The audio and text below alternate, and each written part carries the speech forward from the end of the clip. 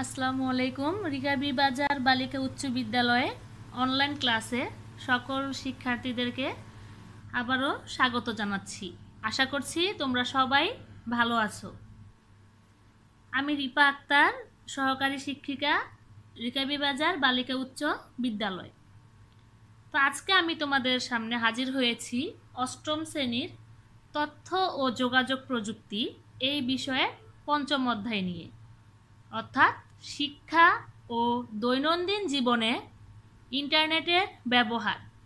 এই অধ্যায়টি নিয়ে আজকে আমি তোমাদের সামনে হাজির হয়েছি। তো তোমরা অবশ্যই তোমাদের মেন বই, খাতা এবং কলম নিয়ে আজকের এই ক্লাসে জয়েন করো।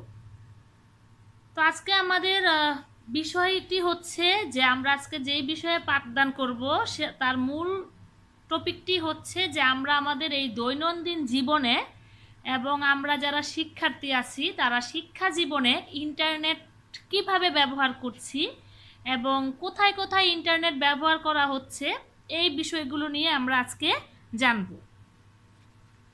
তো প্রথমেই দেখো শিক্ষার্থী বন্ধুরা, যে শিক্ষা ও দৈনন্দিন জীবনের এমন কোনো ক্ষেত্র নেই যে আমরা ইন্টারনেটের ব্যবহার লক্ষ্য করি না। অর্থাৎ শিক্ষা থেকে শুরু করে দৈনন্দিন জীবনের প্রায় প্রতিটি ক্ষেত্রেই বর্তমানে ইন্টারনেটের ব্যাপক ব্যবহার হচ্ছে। তো তোমরা তোমাদের মেন বইয়ের 63 নাম্বার পেজে যাও। আজকের আলোচনার মূল টপিক হচ্ছে আমাদের এই 63 নাম্বার পেজ থেকে, এবং সেখানে তোমরা যে টপিকটি আজকে দেখতে পাবে সেটা হচ্ছে দৈনন্দিন জীবনে ইন্টারনেটের ব্যবহার। এই টপিকটি দেখতে পাবে 63 নাম্বার পেজ।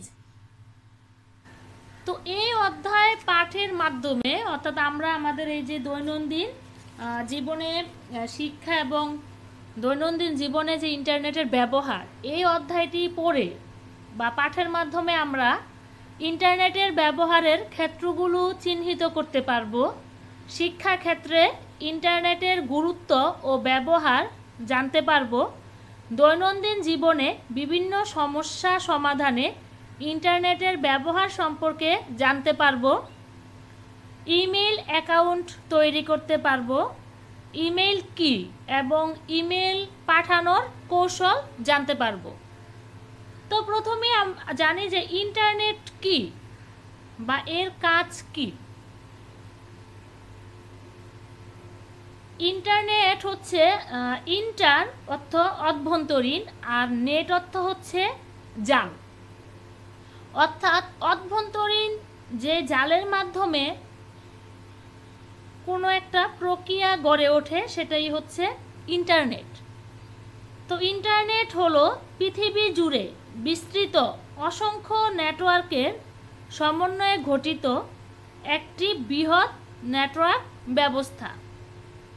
আমি তোমাদের বোঝার জন্য আবার বলছি, ইন্টারনেট হলো পৃথিবী জুড়ে বিস্তৃত অসংখ্য নেটওয়ার্কের সমন্বয়ে গঠিত একটি বৃহৎ নেটওয়ার্ক ব্যবস্থা। অর্থাৎ বিশ্বের বিভিন্ন প্রান্তে ছড়িয়ে ছিটিয়ে থাকা অনেকগুলো নেটওয়ার্কের সমন্বিত ব্যবস্থাকে ইন্টারনেট বলে। তো তোমরা চাইলে এই নিচের যে সংজ্ঞাটা আছে এই সংজ্ঞাটাও তোমরা ইন্টারনেটের সংজ্ঞা হিসেবে দিতে পারো, যে বিশ্বের বিভিন্ন প্রান্তে ছড়িয়ে ছিটিয়ে থাকা অনেকগুলো নেটওয়ার্কের সমন্বিত ব্যবস্থাকে ইন্টারনেট বলে। এবারে আসো যে দৈনন্দিন জীবনে আমরা কোথায় কোথায় ইন্টারনেটের ব্যবহার করি, এখন আমরা সে সম্পর্কে জানব। ইন্টারনেট দিন দিন আমাদের জীবনের সাথে ওতপ্রোতভাবে জড়িয়ে পড়েছে। জীবনের প্রায় প্রতিটি ক্ষেত্রেই বর্তমানে ইন্টারনেটের ব্যবহার লক্ষ্য করা যাচ্ছে। তো এখন যেই জায়গায় বা যেই ক্ষেত্রগুলোতে আমরা প্রতিনিয়ত বা প্রতিদিন ইন্টারনেটের ব্যবহার করে থাকি, আমি এখানে তোমাদের বোঝার জন্য কয়েকটি পয়েন্ট তুলে ধরেছি। তাছাড়া এই পয়েন্টগুলো ছাড়াও কিন্তু আমরা আরও অনেক কাজ করতে পারি। যেমন ঘরে বসে ইন্টারনেট ব্যবহার করে আমরা মোবাইলের মাধ্যমে দূর দূরান্তের বন্ধুবান্ধব, আত্মীয় স্বজনের সাথে কথা বলতে পারি, SMS করতে পারি।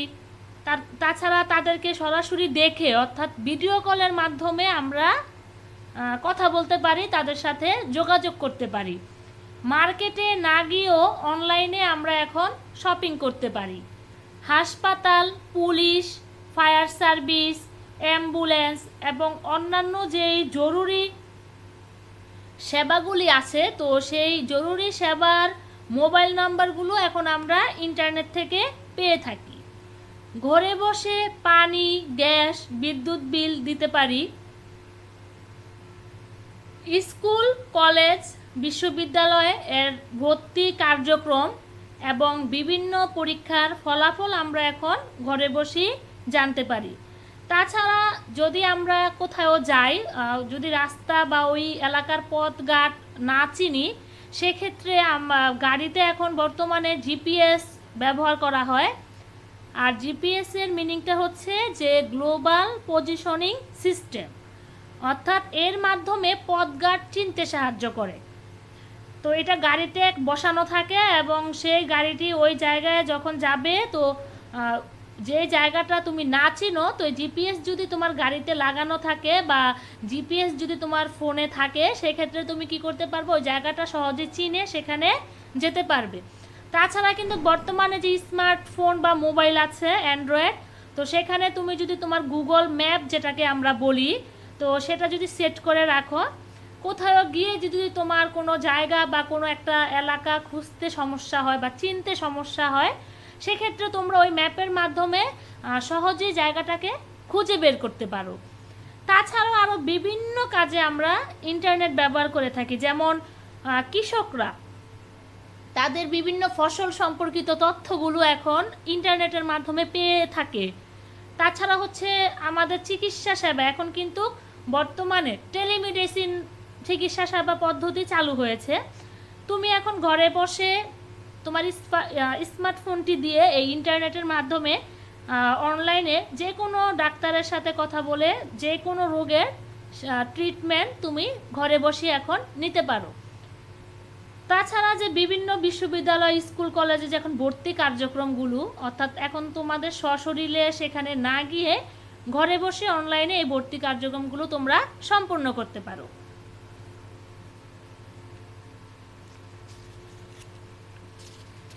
তাছাড়াও আমরা সামাজিক বিভিন্ন ক্ষেত্রে ইন্টারনেটের ব্যবহার করে থাকি। তো সামাজিকভাবে ক্ষেত্র হচ্ছে যেটাকে নেটওয়ার্কের মধ্যে সবচেয়ে উল্লেখযোগ্য হচ্ছে ফেসবুক।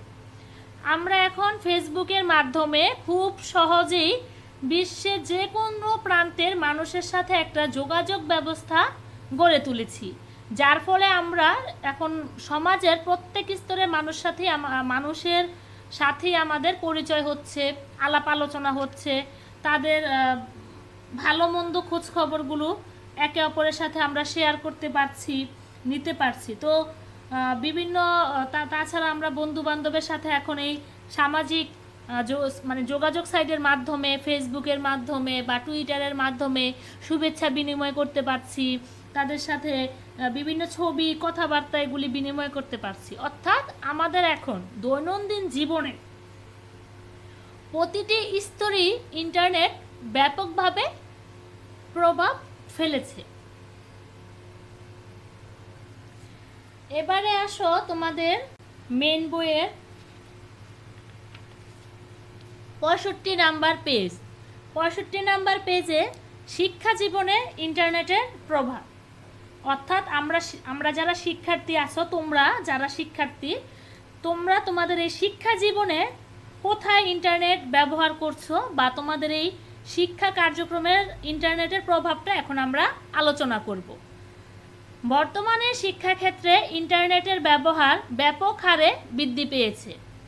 শিক্ষাক্ষেত্রে ইন্টারনেটের ব্যবহারে আমরা যেসব সুবিধাগুলো পেয়ে থাকি, অর্থাৎ আমরা আমাদের এই শিক্ষাক্ষেত্রে ইন্টারনেটের ব্যবহারে আমরা যে সুবিধাগুলো পাই বা আমরা যে কাজগুলো করে থাকি খুব সহজে, এখন আমি সেই কাজগুলোকে কয়েকটি পয়েন্ট আকারে এখানে তুলে ধরেছি। 1.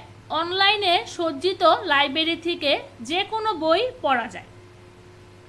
অর্থাৎ বর্তমানে আমরা এই ইন্টারনেট ব্যবহার করে ইন্টারনেটের মাধ্যমে পৃথিবীর যে কোনো প্রান্তের বৃহৎ বৃহৎ লাইব্রেরিতে যে বইগুলো রাখা থাকে বা পাওয়া যায় সেই বইগুলো আমরা এখন সহজেই যে কোনো প্রান্তে বসে পড়তে পারি। 2, কোনো বই হারিয়ে গেলে খুব সহজেই আমরা ইন্টারনেট থেকে ডাউনলোড করে পড়ে নিতে পারি। 3, পাঠ্য বইয়ের কোনো বিষয়বস্তু যদি তোমরা বুঝতে না পারো তাহলে শিক্ষাভিত্তিক বিভিন্ন ওয়েবসাইট আছে, তো সেখানে বিশেষজ্ঞ শিক্ষক কর্তৃক এসব প্রশ্নের সমাধানগুলো পাওয়া যায় যা আমরা ইন্টারনেটের মাধ্যমে পেতে পারি। 4, স্কুল কলেজ বিশ্ববিদ্যালয়ে না গিয়েও অনলাইনের মাধ্যমে ক্লাস করা যায় এবং ভর্তি ও অন্যান্য কার্যক্রম বর্তমানে আমরা ইন্টারনেটের মাধ্যমে করে নিতে পারি। 5, পরীক্ষার ফলাফল এবং বিভিন্ন স্কুল কলেজ ও বিশ্ববিদ্যালয়ের বিভিন্ন তথ্য এখন আমরা হাতের মুঠোয় ইন্টারনেটের মাধ্যমে পেয়ে থাকি। 6, শিক্ষামূলক বিভিন্ন চমকপ্রদ কোর্স করা যায়, অর্থাৎ এখন বর্তমানে ইন্টারনেট বা অনলাইনে বিভিন্ন ধরনের কোর্স চালু হয়েছে যা এখন শিক্ষার্থীরা ঘরে বসেই যে কোনো সময় এই কোর্সগুলো তারা সম্পন্ন করতে পারছে। 7, পিপিলিকা সার্চ ইঞ্জিন ব্যবহার করে বাংলা ভাষাভিত্তিক কোনো শিক্ষামূলক তথ্য খুঁজে পাওয়া যায়, অর্থাৎ পিপিলিকা একটা সার্চ ইঞ্জিনের নাম, এটা বাংলাদেশের তৈরিকৃত একটি সার্চ ইঞ্জিন, আর এর মাধ্যমে এখন শিক্ষামূলক যে কোনো তথ্য খুব সহজেই খুঁজে পাওয়া সম্ভব হচ্ছে। তাছাড়াও এখন শিক্ষাক্ষেত্রে আরও প্রভাব রয়েছে ইন্টারনেটের, যেমন এখন ভার্চুয়াল ক্লাসরুম বলা হয় যেটাকে। তো এই ইন্টারনেট বা তথ্য প্রযুক্তির আরেকটি সুফল হচ্ছে শিক্ষাক্ষেত্রে যে ভার্চুয়াল ক্লাসরুম। তো ভার্চুয়াল ক্লাসরুমটা হচ্ছে যে শিক্ষার্থীরা উপস্থিত না থেকে, অর্থাৎ সশরীরে উপস্থিত না থেকে তাদের যে শ্রেণী কার্যক্রমগুলো আছে বা ক্লাসগুলো তারা ঘরে বসেই করতে পারে, যে কোনো জায়গায় বসে তারা ক্লাসগুলো করতে পারে। যেমন ধরো উদাহরণ হিসেবে আমাদের এই রিকাবি বাজার বালিকা উচ্চ বিদ্যালয়ে তোমাদের যে এখন অনলাইন ক্লাসটা চলছে বা এখন যে আমার যে ক্লাসটা তোমরা এখন করছো, তোমাদের কিন্তু কারোই কি তোমাদের ক্লাসে আসতে হয়নি, তোমরা কি করছো এখন ঘরে বসে তোমাদের ক্লাসগুলো করতে পারছো। আর এটাই হচ্ছে ভার্চুয়াল ক্লাসরুম, অর্থাৎ নিজে উপস্থিত না থেকে যে কোনো জায়গায় বসে ক্লাস করা কি বলা হয় ভার্চুয়াল ক্লাসরুম। এই যে এখন আমাদের যে অনলাইন ভিডিও টিউটোরিয়াল ক্লাসগুলো হচ্ছে এটাও ভার্চুয়াল ক্লাসরুমের উদাহরণ। তাছাড়াও তোমাদের আরো বিভিন্ন কাজে তোমরা এই শিক্ষাক্ষেত্রে ইন্টারনেটের ব্যাপক ব্যবহার করে আসছো। এবারে আসো দৈনন্দিন সমস্যা সমাধানে ইন্টারনেটের ভূমিকা, অর্থাৎ আমরা আমাদের দৈনন্দিন আমরা বিভিন্ন সময়ে বিভিন্ন ধরনের সমস্যায় পড়ে থাকি, আর এই সমস্যাগুলো সমাধানে আমরা ইন্টারনেট কী ধরনের ভূমিকা রাখছে। দৈনন্দিন জীবনে নানা সমস্যার প্রথম হাতিয়ার হচ্ছে তথ্য। ইন্টারনেট থেকে তথ্য সংগ্রহ করে সেটি ব্যবহার করে অনেক সমস্যার সমাধান করা যায়। আর এ তথ্য খোঁজা বা সংগ্রহ করার বিভিন্ন ধরনের সাইট বা সার্চ ইঞ্জিন রয়েছে, অর্থাৎ তোমাদের সার্চ ইঞ্জিনটা সম্পর্কে আগে একটু আমি ধারণা দেই। সার্চ ইঞ্জিন হচ্ছে যে যন্ত্রের মাধ্যমে বা যার মাধ্যমে বা যে সাইটের মাধ্যমে আমরা কোনো তথ্য খুঁজে পেয়ে থাকি তাকে বলা হয় সার্চ ইঞ্জিন, বা তথ্য খোঁজার জন্য যে সাইট রয়েছে তাকে বলা হয় সার্চ ইঞ্জিন, অর্থাৎ সার্চ অর্থ খোঁজা, ইঞ্জিন অর্থ যন্ত্র বা মেশিন। তো বিশ্বের জনপ্রিয় তথ্য খোঁজার সাইট বা সার্চ ইঞ্জিনের অন্যতম হলো, অর্থাৎ অনেক সার্চ ইঞ্জিন বা সাইট আছে, তো তার মধ্যে সবচেয়ে অন্যতম বা সবচেয়ে জনপ্রিয় হচ্ছে গুগল। আমরা কিন্তু সবাই এই গুগলের নাম শুনেছি, অর্থাৎ আমরা যদি এখন ধরো ম্যাক্সিমাম মানুষ কোনো কিছু সার্চ দিতে হলেই কি বলে যে গুগলে সার্চ দাও। তো এই গুগল www.google.com এটা হচ্ছে বিশ্বের সবচেয়ে অন্যতম এবং জনপ্রিয় সার্চ ইঞ্জিন। এতে বাংলা এবং ইংরেজি অর্থাৎ তুমি উভয় ভাষাতেই যে কোনো তথ্য খুঁজে বের করতে পারবে। বাংলাদেশেও একটি তথ্য খোঁজার সাইট রয়েছে, অর্থাৎ বাংলাদেশের বিজ্ঞানীরা বা গবেষকরাও একটি বাংলা ভাষার তথ্য খোঁজার সাইট তৈরি করেছেন, আর তার নাম হচ্ছে পিপিলিকা, www.pipilika.com। এটা হচ্ছে বাংলাদেশের একটি তথ্য খোঁজার সাইট। আর এর মাধ্যমে বাংলাতে তথ্য খুঁজতে পারবে। তাছাড়াও তোমাদের দৈনন্দিন তো অনেক সমস্যায়, যেমন ধরো কেউ তার বইটি হারিয়ে ফেলেছে, যেমন তোমরা শিক্ষার্থীরা, তো তোমার বইটি তুমি হারিয়ে ফেলেছো বা বৃষ্টির পানিতে ভিজে নষ্ট হয়ে গিয়েছে, তো সেক্ষেত্রে তুমি এটা তোমার একটা সমস্যা। তো তুমি এখন কি করতে পারছো যে ইন্টারনেটের মাধ্যমে তুমি তোমার সেই বইটিকে ডাউনলোড দিয়ে পড়ে মানে তুমি তোমার সমস্যার সমাধান করতে পারছো। তাছাড়া ধরো তোমার কেউ একজন খুবই অসুস্থ, তাকে হাসপাতাল নিতে হবে, তো ধরো যে তোমার অ্যাম্বুলেন্সের নাম্বারটা মনে নেই বা তোমার কাছে নেই, তখন কি করতে হয় তোমাদের যে তোমরা এখন ইন্টারনেটের মাধ্যমে বা অ্যাম্বুলেন্সের নাম্বার দেওয়া থাকে, সেখান থেকে নাম্বারটি নিয়ে তোমরা ফোন দিয়ে অসুস্থ রোগীকে নিয়ে যেতে পারো। তো এই যে সমস্যাগুলো, আবার অনেক সময় অনেকেই খুব ব্যস্ত থাকে, চাকরিজীবী থাকে, তো তারা তাদের গ্যাস, পানি, বিদ্যুৎ এই বিলগুলো দিতে পারে না সময় মতো, তো ঘরে বসে যে কোনো টাইমে তুমি তোমার স্মার্টফোনটি দিয়ে এই গ্যাস, বিদ্যুৎ, পানির ইত্যাদির বিলগুলো পে করতে পারছো। তো আরও অনেক এরকম আরও হাজার হাজার সমস্যা আছে যেগুলির সমাধান এখন ইন্টারনেটের মাধ্যমেই মানুষ খুব সহজে করতে পারছে। তাছাড়াও আরও কিছু সাইট রয়েছে, যেমন wolframalpha, আর এই www.wolframalpha.com এই সাইটটির মাধ্যমে যে কোনো গণনার কাজ করা যায় বা গাণিতিক যে সমস্যাগুলো আছে সেই সমস্যার সমাধানগুলো করা হয় এই সাইটের মাধ্যমে। তাছাড়া রয়েছে খান একাডেমি, www.khanacademy.com, এটা হচ্ছে তোমাদের শিক্ষার্থীদের জন্য একটা সাইট, যেখানে তোমরা তোমাদের শিক্ষার্থীরা তোমাদের প্রয়োজনীয় শিক্ষা বিষয়ক সকল তথ্য এই সাইটটির মাধ্যমে পেতে পারো খুব সহজেই। তো এই যে আমি আজকে তোমাদের যতটুকু আলোচনা করেছি যে দৈনন্দিন জীবনে ইন্টারনেটের ভূমিকা, শিক্ষা জীবনে ইন্টারনেটের ভূমিকা, এবং আমরা যে বিভিন্ন সমস্যায় পড়ি সেই সমাধানগুলোর ক্ষেত্রে ইন্টারনেটের ভূমিকা, তো এই টপিকগুলো আলোচনা করেছি আমি আজকে। আর এই টপিকগুলোতে আমার দেখো কিছু ছোট ছোট প্রশ্নর উত্তর আমি এখানে দিয়ে দিয়েছি, যাতে তোমরা সহজে এখান থেকে মুখস্থ করে নিতে পারো।